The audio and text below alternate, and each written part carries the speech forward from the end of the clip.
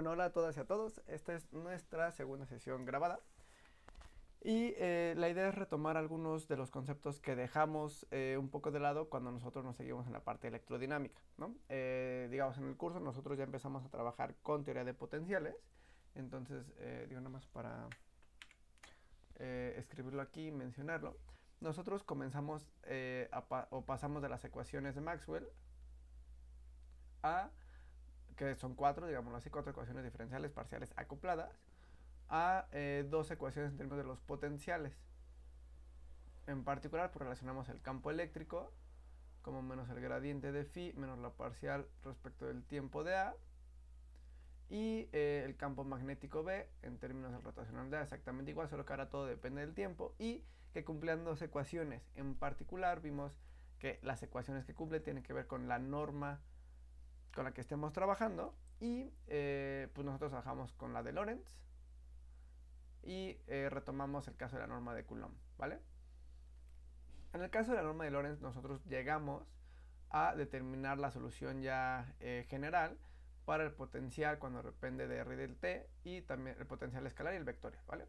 ¿Cómo hicimos eso? Pues o identificando la función de Green de la ecuación de onda, que son las ecuaciones que cumple los potenciales en la norma de Lorentz,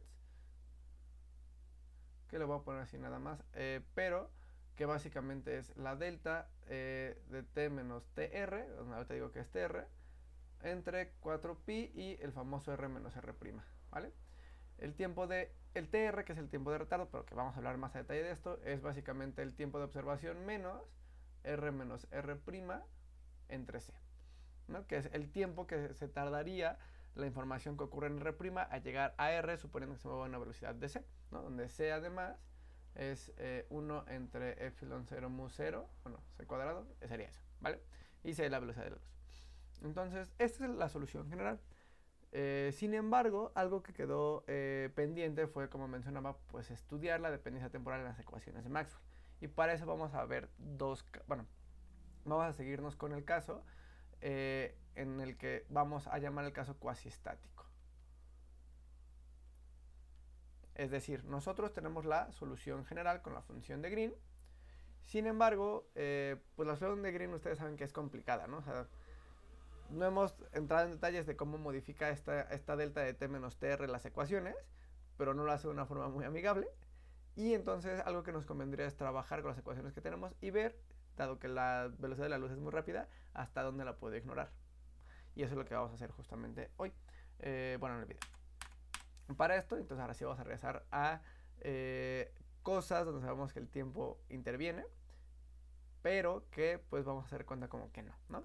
Y eso pasa mucho en la electrónica, en los circuitos. Entonces esto es lo que tenemos aquí, y pues nada más mencionar algunas cosas rápidamente. Nosotros vamos a trabajar con la ρ, que es la densidad volumétrica de carga, que al multiplicar por alguna velocidad en la que se mueva esto, defino la J. La J es nuestra densidad volumétrica de corriente. Con esta, a su vez, yo puedo conocer la ley de Ohm, que es esta que se escribe así, que estoy marcando en rojo. La ley de Ohm es básicamente en relación a la corriente, los procesos de transporte con alguna fuerza. En este caso en particular, la fuerza es el campo eléctrico, que es fuerza por unidad de carga. Y... Ay, perdón, me acabó la pila. Ahí está. Perdón, mi teléfono.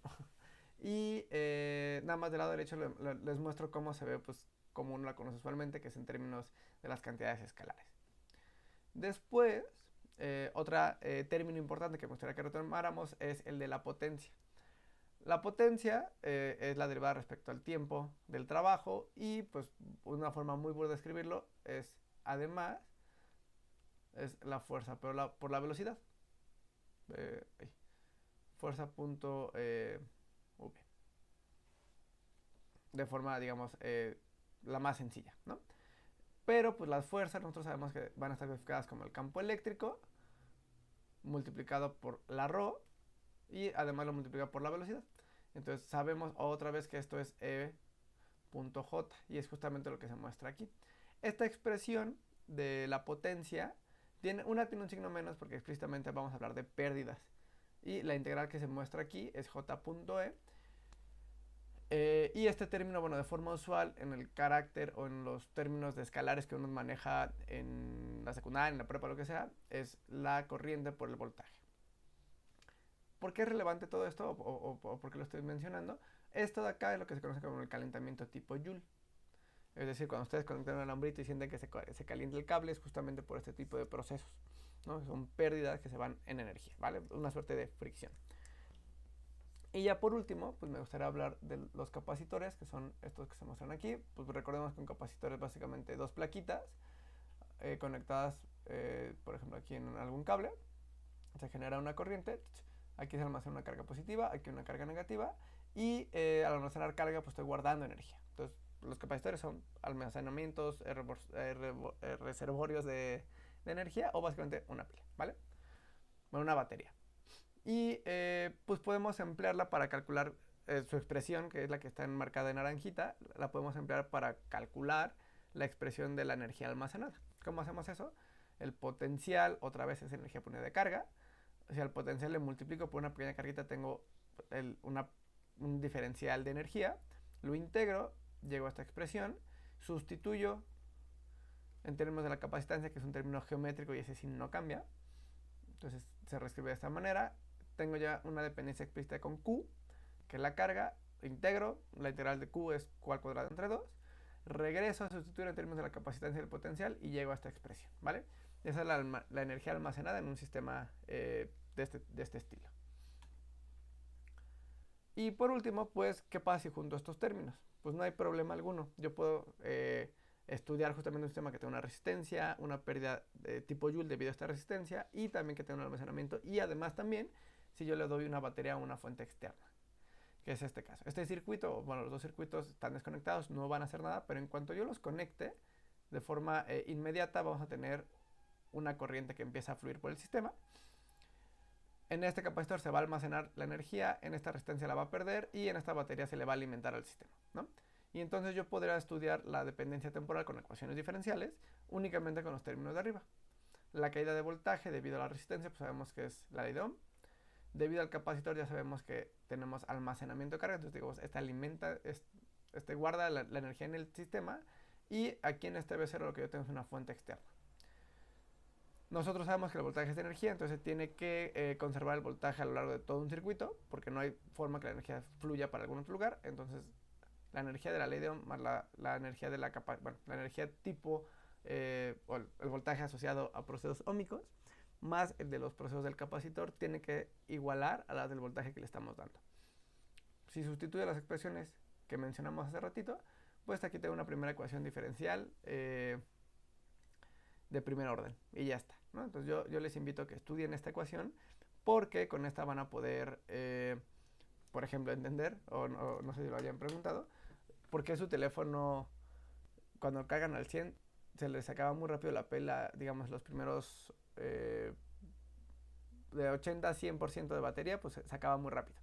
Pero ese último 5%, 4% que les cae la pila dura mucho, ¿no? Entonces la respuesta está en justamente este tipo de ecuaciones, ¿no? Entonces les invito a que la hagan, si no lo revisamos en clase también, ¿va?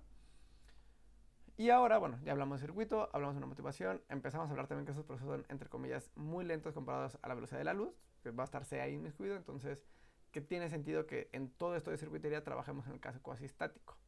Ahora, dentro de los procesos físicos que nosotros nos vamos a preocupar por entender, es el de, ¿qué pasa cuando yo conecto una batería? Pues, como se muestra en el dibujito, se cierra el circuitín, ilumina lo que tenga que iluminar o alimenta lo que tenga que alimentar, regresa y ya está, ¿no? Entonces, este es un circuito muy sencillo y lo primero que quisiera que notáramos es, uno, que pues, la batería es la que le da el movimiento al sistema, ¿no? La energía tiene, bueno, la batería tiene pues energía o una fuerza, tiene una energía y también eso lo vamos a asociar a una fuerza por el potencial, que hace que el sistema se empiece a mover, que las carguitas puedan empezar a fluir. Para eso pues vamos a recordar que básicamente lo que tenemos es carga positiva, carga negativa y hay un flujo, digamos, hay una diferencia potencial que hace que los electroncitos sientan una fuerza, un campo eléctrico que los va a llevar de un polo positivo a otro negativo de la pila, ¿no? Y esa es la única fuerza que uno tiene, que hay en el sistema, ¿vale? O sea, no hay nada más. Pero vamos a darnos cuenta que dentro del mismo material hay otros procesos que nos impiden que tengamos toda la energía o toda la fuerza eficiente que nos da la batería, que la podamos utilizar de forma óptima, ¿vale? Y entonces lo que pasa son, por ejemplo, este tipo de cosas. Cuando tenemos un flujo de las carguitas, y aquí tengo una corriente que entra y aquí una que sale, en el caso ideal, pues esto sería como un flujo laminar de cargas, ¿no? Uno las ve que van pasando y en principio pues, no les pasa nada, no chocan y fluye, ¿no? El problema es que eso no es cierto, hay procesos de colisiones y en particular pues puede haber, que es lo que nos interesa en este caso, almacenamiento de estas cargas, ¿no? Por alguna razón. Por ejemplo aquí, lo voy a pintar con naranjita, hay almacenamiento de estas cosas de acá, ¿no? ¿Cuál es el problema con eso? Estas cargas vamos a pensar que se acumularon. Ya está. Entonces, estas mismas carguitas nos generan un campo eléctrico, por ley de Coulomb, si quieren. Y pues este sería radial hacia allá. Esto sería un campo eléctrico que empuja a la derecha y uno que empuja hacia abajo. Y entonces, ¿qué es lo que tenemos? Pues que tenemos carguitas que van a sentir mucho el efecto de esta fuerza, de esta E, que van a detener nuestra corriente inicial, y otras que se van a ver beneficiadas de esta corriente inicial en esa dirección. Entonces lo que tenemos es justamente lo que se esquematiza aquí. La fuerza por unidad de carga total que siente un electroncito, una carguita que va fluyendo, pues es uno que se debe a la fuente, es decir, a la batería que nosotros tenemos ahí conectada, más este término que se debe a todas las interacciones que tenemos dentro del cable, dentro de nuestro circuito. Eso, pues a lo mejor ustedes dicen, pues qué me importa, ¿no? Pero por ejemplo, cuando compran sus audífonos o sobre todo en términos de audio y de electrónica, que todavía es algo muy relevante, va a haber factores que dicen ahí como impedancia, ¿no? Valor óhmico y ese tipo de conceptos. Justamente tiene que ver con cómo funciona la circuitería y cómo este tipo de términos son relevantes. Y en particular lo que vamos a ver es algo que se conoce como fuerza electromotriz. Y pues lo que vamos a ver es lo siguiente. Nosotros vimos que pues, las fuerzas totales que sienten las carguitas por unidad de carga es justamente la de la fuente más esa que tiene que ver con un campo eléctrico, ¿no? Pues si es una fuerza, yo lo que puedo hacer es ver si es conservativa o no es conservativa. Entonces, ¿qué es lo que voy a hacer? Pues hacer una integral de línea cerrada. Entonces, esto es lo que se muestra de este lado. Ya vimos que lo vamos a dividir en dos contribuciones. Y lo que sabemos es que el campo eléctrico estacionario, ¿no? Por la ley de Ohm, pues es un campo conservativo. Entonces, su integral de línea cerrada nos da 0. Y entonces llegamos a esta expresión que me parece pues, muy relevante. Es básicamente la discusión de hoy. Y tenemos una fuerza por unidad de carga. Esa fuerza tiene que ver con la alimentación de mi sistema, con la batería o con la fuente, como bien mencionó ahí. Y tiene un nombre que se conoce como fuerza electromotriz. Ahora, me gustaría que viéramos que esto tiene unidades de voltaje, ¿no? Es fuerza por unidad de carga integrada en una trayectoria, pues es un voltaje, ¿no? Pues es energía por unidad de carga. Pero se le nombra de otra manera justamente porque está asociado a un proceso muy específico que tiene que ver con las fuentes, ¿vale? Y aquí el ejemplo que pongo pues es el de una batería. Entonces, en un caso ideal de una batería nueva que funciona, si fuese de un material perfecto, por ejemplo, no habría algún tipo de resistencia interna dentro del sistema y entonces la fuerza total por unidad de carga que generaría esta batería es la de la fuente más la de este proceso, este campo eléctrico que sufren los procesos durante el circuito una vez que ya lo conecte. Y entonces lo que podemos hacer es pues, calcular la diferencia de potencial que generaría pues justamente este campo eléctrico. Entonces la diferencia de potencial sabemos que es menos la integral de A a B del campo eléctrico. El campo eléctrico en este caso en una batería ideal es igual a menos la fuerza por unidad de carga que genera mi batería, la cosa que yo estoy conectando, que es el de la fuente y ya está, ¿no? Entonces ahora lo que vamos a hacer es de forma mañosa, digamos así, estas eran integrales que tenía de A a B, pero vamos a escoger A, B tales que justamente podamos cerrar el circuito. ¿Por qué? Pues vamos a pensar que tenemos aquí el circuito, aquí está la batería, se conecta. Entonces la integral de A a B podría ser, este sería A, sigue todo el sistemita, este sería B, y es una integral abierta. Yo podría hacer la integral para de forma matemática salirme, pasar por donde no hay fuerza, y entonces pues la podría cerrar de forma, digamos, ficticia, pero que matemáticamente tendrá sentido. Entonces sigo teniendo una integral cerrada. Y entonces esta integral abierta, que pasa a ser una integral cerrada, por la definición que vimos aquí arriba, pasa a ser la FEM otra vez, ¿vale? Que es justamente lo que se muestra aquí. Y entonces vemos aquí un caso que viéramos que justamente la FEM es la fuerza electromotriz, usualmente así se le dice. Y pues que notáramos que únicamente la batería, por existir, tiene ya una pérdida de voltaje, una pérdida de potencial, ¿no? Y a esta pérdida en particular le llamamos FEM. Ahora, en el caso no ideal, en el que además la batería tenga pérdidas por procesos óhmicos, que es lo que ocurre siempre, no nos podemos quitar este término que viene en el caso ideal. Más bien lo que tenemos que hacer es considerarlo junto con las contribuciones de pérdidas tipo óhmicas, ¿vale? Entonces la diferencia de potencial que uno realmente mide o que uno realmente llega a utilizar en toda su circuitería es la FEM menos cualquier otro tipo de proceso, ¿vale? Entonces pues sí es algo que está intrínseco en todos los circuitos. Y ahora, pues estuvimos hablando mucho que FEM, muy bonito todo, pero pues vamos a recordar que nosotros en electrostática habíamos trabajado con que el rotacional de E era 0 y entonces justamente esto nos permitía reescribir E como menos el gradiente de phi.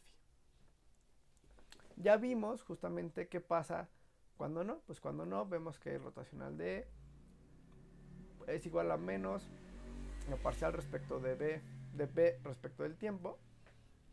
Escribimos eso en términos de A. Ay, perdón. Sí, no. De esta forma, paso del lado izquierdo el término del rotacional y entonces tengo que el que sí es 0 es este término de acá. El rotacional de ese término de ahí. Y entonces redefino esto como menos el gradiente de un potencial phi, despejo E, y entonces tengo que el valor total de E lo puedo escribir en términos de los potenciales como lo estoy marcando por acá, ¿vale? Eso es lo que estuvimos mencionando también en clases anteriores, que es el caso general. Ahora, ¿qué pasa a nivel campos, nivel E y B? Pues nada, lo único que pasa es que esta expresión no la puedo simplificar.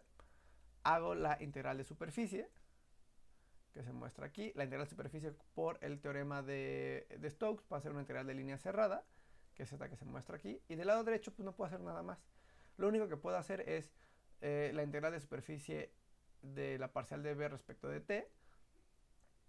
Saco la parcial respecto de t. Se vuelve una derivada total. Y entonces lo que tengo aquí es el flujo de B. Y eso usualmente se escribe de esta forma. Con una letra phi mayúscula y denotando que B es justamente nuestro campo. Y entonces la forma integral de la ley de Faraday-Lenz, que ya la hemos trabajado varias veces, es esta que se muestra aquí. Y solamente lo que añadimos fue recordar que toda esa definición que tenemos del lado izquierdo es la FEM, ¿vale? Que es justamente pues, lo que estuvimos mencionando ahorita.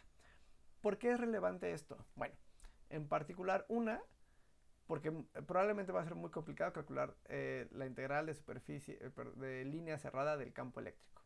Sin embargo, lo que puede ser un poquito menos complicado es justamente la derivada respecto al tiempo del flujo del campo magnético. Nosotros podemos ver, porque este flujo es alrededor de una superficie, la que sea, y entonces yo solo puedo ver cómo cambia en el tiempo y con eso conozco la FEM, ¿vale? Entonces es una forma de incluso de hacer una medición de este tipo de procesos. Ahora, todo esto pues ha sido pues, muy bonito, muy matemático, no nos hemos metido en tantos detalles, sin embargo hay algo que nos estamos saltando, que es, pues sí yo podría sacar digamos la parcial respecto del tiempo de la integral y hacer que justamente se vuelva una derivada total porque después la cantidad está integrada. Pero la superficie es la que sea y una superficie puede moverse. Y entonces, pues ¿qué pasa? Pues cuando estamos en un caso donde se mueven las carguitas, ¿no? La superficie que estamos pensando, porque esa superficie puede ser una cantidad que se mida, ¿no? Y entonces lo que tenemos es este siguiente caso que vamos a analizar. Ahora, este caso en particular lo vamos a analizar perdón, pasa el de los colchones. Así lo vamos a analizar porque nos va a dar un muy buen símil de algo que podría parecer cierto, pero que es más bien una regla mnemotécnica, ¿no? Entonces, ¿qué es lo que va a pasar aquí? Pues que vamos a ver que la FEM también puede estudiarse como el trabajo de la fuerza magnética, ¿no? De la parte de la ley de Joule, perdón, de la ley de... ¿Cómo se llama? Ay, eh, esta. Q por E más V cruz B. La Q, todo esto. Ay, se me fue. La fuerza de Lorentz. Sí. Justamente la parte magnética, que es V cruz B, no hace trabajo. Sin embargo, podríamos emplear una regla mnemotécnica para calcular la FEM mediante este trabajo que realiza, ¿no? Entonces, solo para que lo tengamos con detallitos, pero básicamente la finalidad de esta pequeña cuentita que vamos a hacer ahorita es llegar a una expresión también un poquito más sencilla para la FEM, ¿vale? Y entonces, pues vemos aquí como un listoncito, pero este listoncito tiene por abajo una cara que no es, perdón, por arriba, su frontera es esto de acá, es la frontera, la superficie al tiempo t, y por abajo es lo como se vería al tiempo t más de t, o sea, un fotograma después. Y aquí tenemos dos puntos, el punto t y el punto t más de t. Y aquí vemos pues cuál es el desplazamiento de este punto. En un diferencial de tiempo, pues es la velocidad que tiene el listoncito, por lo que sea que esté moviendo por dt, y el dl es el diferencial de línea al tiempo t, ¿vale? No al tiempo t más dt, al tiempo t. Y entonces lo que vamos a hacer es ver qué tanto difiere un diferencial del flujo del campo magnético al tiempo t más dt menos, bueno, qué tanto difiere ese con el mismo flujo pero al tiempo t. Todo esto es básicamente, si lo divido entre dt y hago el límite, pues ya tengo mi derivada, ¿no? Entonces lo que está aquí del lado izquierdo lo voy a poder asociar con el flujo del campo magnético en la superficie. Y ya, ¿vale? Entonces vamos a proponer los siguientes términos para que no haya confusiones. Y el primero es que v es la velocidad del circuito. U es la velocidad que tiene la carguita que vamos a analizar alrededor del circuito. Y entonces la velocidad total que va a tener la carga es v más u, la velocidad que tiene ella solita más la que tiene el sistema donde está moviendo, ¿vale? Y entonces lo que vamos a hacer es, uno, ver cuál es el diferencial de área que va a tener el lazo que nos interesa. Pues aquí del dibujito, como dice mi nota, es v cruz dl en un tiempo dt. Ese sería el diferencial de área. El v ya vimos que es la parte que va para abajo y el dl es la parte que va a la derecha. Y entonces el producto cruz de estas dos cantidades nos va a dar el diferencial de área, que es el vectorcito que sale en esta dirección, ¿vale? Ese sería el de A. Y es lo que se muestra aquí. Ahora, nosotros además sabemos que el U es paralelo al DL. Acuérdense que el DL es el diferencial de línea, que de este lado lo voy a pintar con magenta. Se mueve, de hecho aquí tal vez no se ve y valga la pena hacer un zoom. No lo había pensado. A lo mejor algo así, aquí está. Entonces lo que tenemos aquí es el DL, es esta dirección. Y la U es la velocidad que tendría una carguita a lo largo de este listoncito. Y pues por tanto también va en esa misma dirección. Entonces lo que hacemos es que el producto cruz de U con DL pues nos va a dar 0, porque son paralelos. Y es justamente lo que estamos mencionando aquí. Entonces yo a este diferencial de área podría sumarle este término de acá, que es la U, y juntando estas dos expresiones tendré que el diferencial de área es W cruz dl. Es decir, la velocidad total de la carguita, que es sobre su propio sistemita, más la velocidad del sistemita, que es la superficie, cruz dl por dt, y ese es el diferencial de área. Ahora sí, calculamos el límite en el que el tiempo t y dt tiende a 0, entonces ya tenemos la derivada. Y tenemos entonces esta expresión de acá, ¿no? Entonces básicamente esa derivada mata este término de acá, o lo podemos ver como que pasa al otro lado, si lo quieren ver así. Y entonces ya llego a esta expresión. Y aquí lo que vamos a hacer es justamente una rotación cíclica del sistema. Entonces este es un triple producto escalar. Si yo lo roto de esta forma, pues no pasa nada, no hay ningún cambio. si los roto en la otra dirección, sí que hay un cambio, hay un signo menos, y es justamente lo que aparece aquí. Y entonces esta expresión del lado izquierdo pasa a ser W cruz V, perdón, W cruz V. La velocidad de la carguita, cruz, el campo magnético. Y eso, como se menciona aquí, es la parte de la fuerza magnética de la fuerza de Lorentz. Y entonces, la derivada del flujo del campo magnético es igual a menos la fuerza magnética punto dl. Y aquí hay que tener cuidado con eso, porque estrictamente es una fuerza en una integral de superficie, una integral de línea, y esto sería el trabajo que realiza esa fuerza magnética, ¿no? Entre comillas. Sin embargo, sabemos que esa fuerza magnética es cero. Entonces, esta expresión no nos dice cuál es el trabajo de la fuerza magnética, aunque tenga, digamos, aunque sean los términos de donde salieron. Más bien hay que preguntarnos quién realmente hace ese trabajo, que no es la fuerza magnética, aunque tenga exactamente la misma expresión. Y pues justamente la respuesta a eso es que es el trabajo que se ejerce para que se mueva el circuito. ¿No? Nosotros lo que hicimos fue decir, el circuito se está moviendo por alguna razón, la que sea, y no nos mencionamos, no nos preocupamos por, o no nos detuvimos a pensar, pues quién anda moviendo eso y cuáles son las implicaciones físicas de eso. Bueno, pues las implicaciones son es que le estamos dando energía al sistema y la energía que estamos calculando en toda esta expresión, aunque se parece mucho a la fuerza magnética, esta no hace trabajo y más bien es el trabajo que vendría por andar moviendo el sistemita. ¿Vale? Entonces, de eso hay que tener cuidado con eso.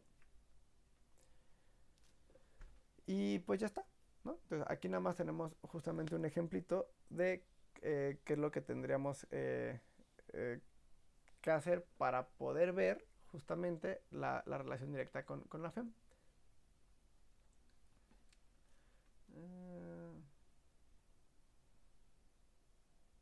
No, miren, aquí, perdón, solamente tengo un ejemplito justamente de, pues, tenemos la fuerza magnética que apunta en esta dirección, la U que es la velocidad de la carguita, la V que es la velocidad del sistema y la W que es todo el sistemita, ¿vale? Aquí tenemos las componentes de las fuerzas magnéticas, digámoslo así, y aquí hay una tercera fuerza que antes no estábamos tomando en cuenta, pero es lo que hace que el sistema se esté moviendo. Esta fuerza de empuje o de jalón, o que básicamente es mover la integral de superficie que estábamos viendo, se alinea con esta velocidad, ¿no? Porque es lo que habíamos dicho. Entonces, si seguimos con estas interpretaciones y realizamos este cálculo en esta aproximación de triangulitos, que después tenemos que integrarlo, es lo más fino, etcétera, pues lo que vemos es que llegamos a la expresión de la fuerza magnética, ¿no? Sin embargo, pues la parte relevante es que en realidad el sistema físico viene de que se empuja todo el sistemita, ¿vale? Y justamente lo que ponemos aquí, todo esto es una discusión que se hace en el Griffiths, es que podemos pensar a la FEM también como la integral de línea de circuito cerrado de la fuerza magnética, ¿no? Con toda esta interpretación y toda esta discusión que tuvimos ahorita de no es que la fuerza magnética haga el trabajo, sino que se le asocia a esta expresión el trabajo que hizo alguien más, ¿no? Que fue en mover el sistema. Y pues ya, con esto pues ya creo que cerramos bastante las expresiones que tenemos con la FEM, ¿vale? Ya hablamos de que justamente es una suerte de un voltaje, que también tiene que ver con la componente magnética que uno analiza dentro de los circuitos, y que pues ya podemos generalizar sin problema alguno todas las ecuaciones de Maxwell, en este caso la de Faraday-Lenz, cuando tenemos la dependencia temporal, y de todos modos seguir trabajando con las expresiones como lo habíamos estado realizando. Esto otra vez pensando en que estamos en el límite cuasi estático. Vale, ¿no? Entonces yo creo que lo dejo aquí y más bien el lunes en clase trabajamos con estos ejemplitos, ¿vale? Son algunos pocos, digo, aquí se ve mucho, pero básicamente todo es pura discusión. Pero yo creo que más bien yo aquí termino y bueno, espero puedan ver el video sin problema alguno. Y ya, bueno, nos vemos el lunes.